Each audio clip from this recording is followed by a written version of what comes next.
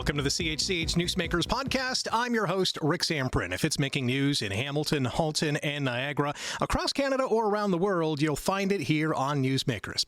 Canada's local independent television stations, including CHCH, have formally asked the CRTC to force Meta to get in line when it comes to online news. The social media giant has responded, but not in the way you'd expect. Greg O'Brien is the news director of CHCH News and joins me on Newsmakers to explain what is happening. Greg, thanks for coming on the podcast. Happy to be here, although I'm here every day. Happy to have you on the show. Listen, 2023 was a big year for this Online News Act. That's the year it became law. Why is it so vitally important for local news? Basically cash to keep making independent news. There was a years-long battle with Ottawa, with the Commission, but primarily with the big platforms, which are essentially Google and Meta. They collectively scoop up 75% of the advertising in Canada, and all of that money goes to Silicon Valley. Right. Doesn't stay here, except for the maybe a few hundred employees they have, who would get paid a salary by Google and Meta. Right. So all of that cash flees the country, and they benefit greatly. Despite the fact they say they don't, they benefit greatly from the independent local news that the LITS members provide, and all of the big members as well, like all the big news companies as well. So back then, when the Online News Act was enacted, Google took the tactic that, okay, we're going to play ball. And they selected a committee, essentially. It's called the Canadian Journalism Collective. And they are, over 5 years, sending $500 million to that collective, $100 million a year. Right. CHCH and thousands of others have already received funding from the first year, which we got the money last year, but it dates back to 2023. So we got 2023's money last year, just took longer. Right. Meta took the point of view that to hell with it, we don't care what's right in our platform. We're pulling off all news from Facebook and Instagram and whatever other things that they own. So if you are in Canada and you want to see the New York Times Facebook page, you can't. You can also not see the CHCH News Facebook page. Right. You can't see the Morning Live Facebook page. And so all of those were immediately removed, which didn't affect us immediately, but has grown to affect us because of the sheer amount of absolute garbage that appears on Instagram and Facebook. Conspiracy theories, wild disinformation, and very little, but still some, very little actual researched, well-done news. And a lot of people into the billions go on Facebook, go on Instagram. They read these, non-researched, non-journalism or journalist-created content, and they think it's real news. And that has led to a large amount of misinformation out there. Exactly. People believe what their aunt or uncle or their cousins tell them. Right. Whether it's true or not. You just haven't been ingrained as we are as journalists to check the facts. Go back and fact check things. Yeah. If your aunt tells you the sky is orange, well, you might say, okay, that's not true. But if she tells you something nefarious about your local mayor, that isn't true. You might believe that. Right. So that's where we find ourselves right now. So what LITS has done, and I might be jumping ahead to some of your questions. No, go ahead. Some of your questions. What LITS has done last week, and LITS is us, NTV, Thunder Bay Television. They still have independent news in Thunder Bay. Check out in Victoria, NTV out in Newfoundland, Télé-Interrive in Quebec, and a couple of others. And LITS is local independent television stations. Yes, so basically the remaining traditional broadcasters and news publisher, broadcasters really, that aren't owned by Corus, Bell, or Rogers. Right. So we decided that, look, we've had enough of this because we see not only misinformation and disinformation, we also see a misapplication of the rules. For example, Morning Live, their Instagram page is blocked. Our chief competitor, Breakfast Television, they have an Instagram page. Why? And believe me, we have asked Meta that, and we get no response. Right. And there's also various other news organizations, large and small, that are still able to post on Meta platforms. People are able to pull things in from other platforms and put them on there. They're able to screenshot things. I can go on my own Facebook page right now and post our YouTube link of a story, and it'll go live on Meta. But if I post the CHCH.com link to the same story, it won't, because Meta knows it cannot block YouTube, because YouTube is big. Yeah. So it all boils down to money. Dollars and cents. And Meta just doesn't want to contribute. So what is the CRTC's role in that? Because the Lits have asked the CRTC to say, hey, you got to force Meta to play by the rules that all these other, like Google, are playing by. So now that the ball's in the CRTC's court with this submission, what do you expect them to do? All they have to do is really get out of the way and let the rules as they're written apply. Because we believe Meta is acting as a news intermediary, even though they say they aren't. Right. Because of all the ways news is still available on Meta platforms. Google has said, yep, we're a news intermediary. We're going to pay in $100 million a year. Still a lot less than we were hoping for, but we'll take it, essentially. And Meta is like, nope, we're just pulling all news off. We're not a news intermediary, but we believe they are. So they should come to the negotiating table and talk about coming up with a fund or contributing to the fund that already exists for local news. And our repeated attempts to get them to come to the table have been met with silence. The submission from Lits to the CRTC, the latest one, had dozens of screenshots, hyperlinks of stories that were created by local journalists, including many here at CHCH, that were featured on Meta platforms. Yeah. And we said, hey, they have to pay their fair share. What's been Meta's response? Nothing. Nothing. The only response that they had was an hour after that we put out our press release saying we were challenging them at the commission. They shut down CHCH's programming page, which never had any news. It had promotion for our various TV shows that fall outside of news. So, All in the Family, the stuff we do in prime time, Inside Edition, all of these things that aren't actually not Inside Edition. That's a bad example. We never promoted Inside Edition on there. That's just one of the news shows. Okay. So that's a bad example. But all of the stuff we do in prime time, the movies and game shows and everything else. Non-news content. All the non-news content was promoted there. Contests, all of the rest of it. There was never any news on that page, and we had 166,000 followers, and they shut it off an hour after we went live with the press release. And at last check, it's still shut down? It's still shut down. Without any explanation? No explanation. We've gone through the official channels to complain, and the Meta bot. I'm sure there's no person involved. The Meta bot gave us the automated, saying that no, this is a news station, so this is why we've shut you down. But it came literally an hour after we put out this press release. So come on, this looks like retribution. Right. So what are the next steps? What is the process like from here on in? So the next steps is the CRTC has opened a process where there can be interventions. So you, anybody else, we've got it covered from our point of view, but anybody in the community can intervene on our behalf, on Meta's behalf. Meta has to respond, which I'm sure they will, by, I believe it's March 30th or March 31st, one of those 2 days. And then from then, it'll go to either what they call a paper process, where the commission will take all of this, have meetings and decide. And say, Meta, you have to come to the table and negotiate as a news intermediary, or they'll dismiss it and say, it falls outside our purview, or some regulatory stuff that they have to say. What kind of decision are you expecting? It's really hard to say. It's really hard to say. My hope is that Meta will come to the table, and we can negotiate something. But I don't have a lot of faith in them doing that, simply because of what they have talked to, really just one media member. They talked to the National Post, and they said, well, we're interested in putting news back up on Meta, but only if you give all of your news content to our artificial intelligence to train it. So no thank you, Tony Soprano. Right. We're not going to have our thumbs broken in that way. Yeah.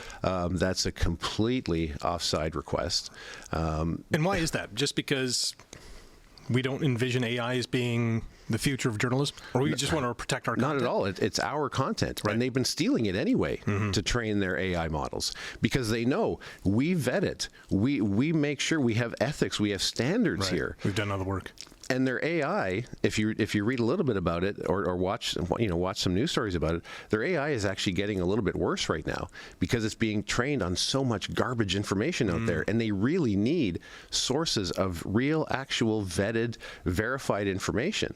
So our content, and when I say our, I mean the news industry's content, is extraordinarily valuable to them, but they don't want to say that out loud.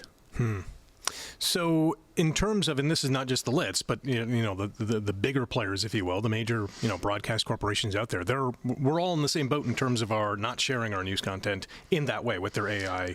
Well, like I said, yes and no. Okay. It depends where you go. Like, the CTV's morning show, their Instagram page is shut down. BT's is not. Global's is not. Yeah. Don't know why. So it's applied really randomly, and we can't really figure out why. What have negotiations been like with Meta? They've been non-existent. Okay. That's the thing. They just ignore us. Yeah. When I approach them as news director, they ignore me. When I've approached them as, looking for comment even for a story, they don't get back to us.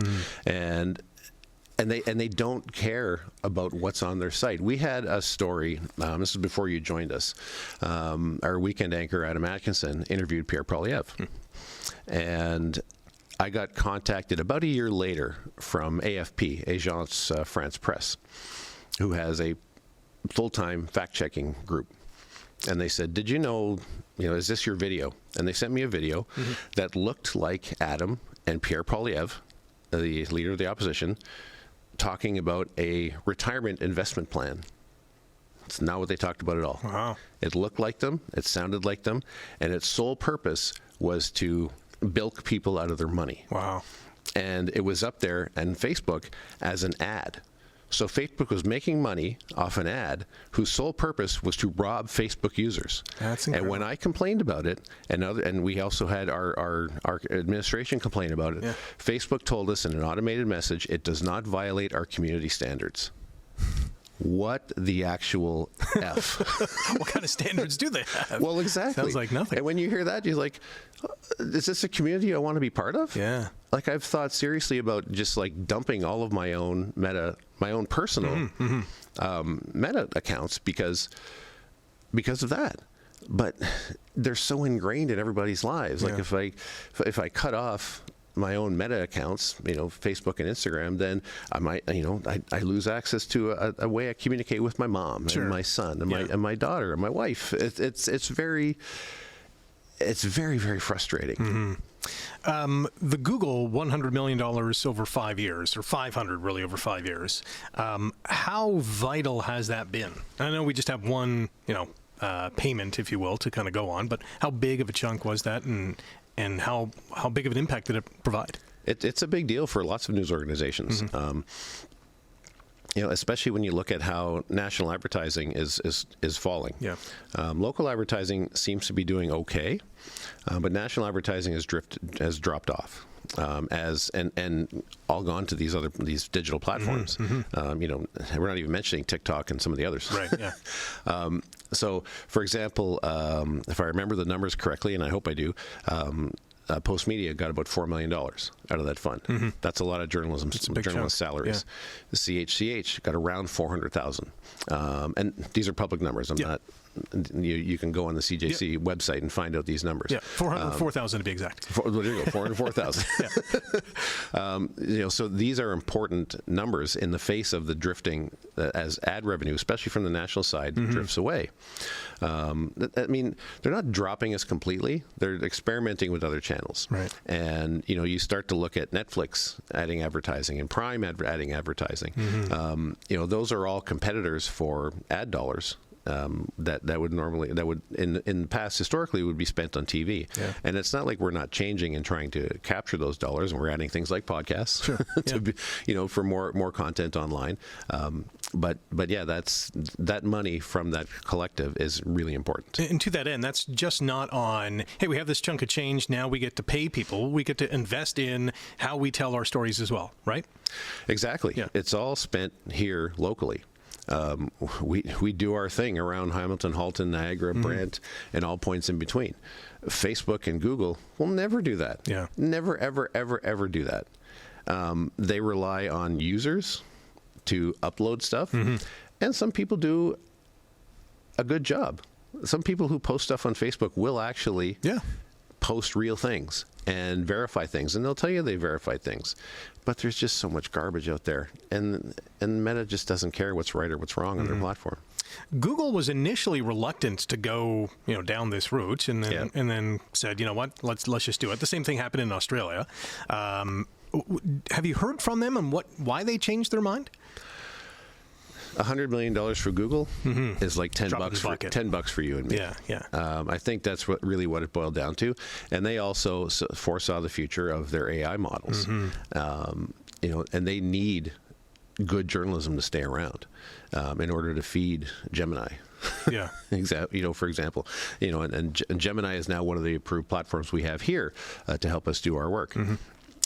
So Google saw that, okay, they made a lot of arguments that, news doesn't matter to them. They could take it off. It wouldn't matter. But in the end, they realized that was basically a line of BS. Yeah. Having actual news, searchable news to feed their systems, and they earn ad dollars off of us, is something they needed to pay for, and they agreed to. It's remarkable that, even after Google said, okay, we're going to do this, we'll obey the act, that Meta hasn't. Is it just from the top, and Mr. Zuckerberg doesn't want to go down this route? Yes. Yeah. They've told Australia they're backing out of that of the agreement that they paid into there, and they've lobbied the U.S. government heavily on this. We expect this to be part of the new CUSMA negotiations. We are hoping like hell that the government has a stiff spine and doesn't think that just throwing more money at CBC is the way to help journalism in Canada, because it's not. CBC is not everywhere, as you know, especially not they have a small presence in this area. We outnumber them by a lot. In this area, we do a lot more work in Hamilton, Halton, Niagara, and Brant than they ever will, because we are ingrained in this community, and so that's our biggest worry, is that the Online News Act will be sacrificed at the CUSMA table in favor of steel or something like that, and that would be really, really, really difficult, and to say that steel or these heavy industries that we've been good at in Canada is more important than what you and I do is just wrong. Yeah. And this is CHCH is a vital part of the local economy, just like CTV and Globe and Mail and the Spec, and you name it, all across the country. They're vital parts of the local economy, and they employ journalists. They employ thousands and thousands of people across the country. It's not a small industry. Yeah. With those trade negotiations, what does your gut tell you? Do you have a funny feeling? Are you all cautiously optimistic? Depends what day, what mood I wake up in. Because the Online Streaming Act is in those negotiations as well. It's not just the Online News Act, but the Streaming Act is in there too. Well, it's been dragged in. Well, not dragged in. We've always had a cultural exemption. From NAFTA onwards. So Canada can do basically what it wants culturally. So we had simulcasts of Canadian ads over top of U.S. ads in the Super Bowl and other American programming. That's an example that everybody knows.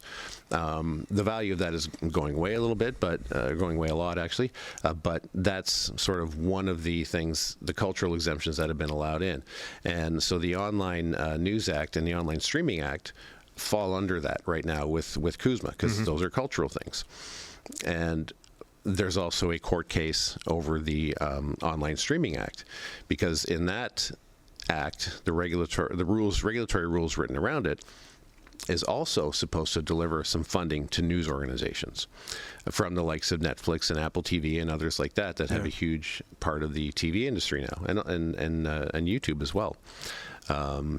So what we're and that's being fought by the MPAA, which represents Netflix and Prime and those other ones I mentioned. So that should give us even a bit more funding from those gigantic platforms where all of the revenue is paid to them and leaves the country. Yeah. Wow. Do you have a message for our viewers?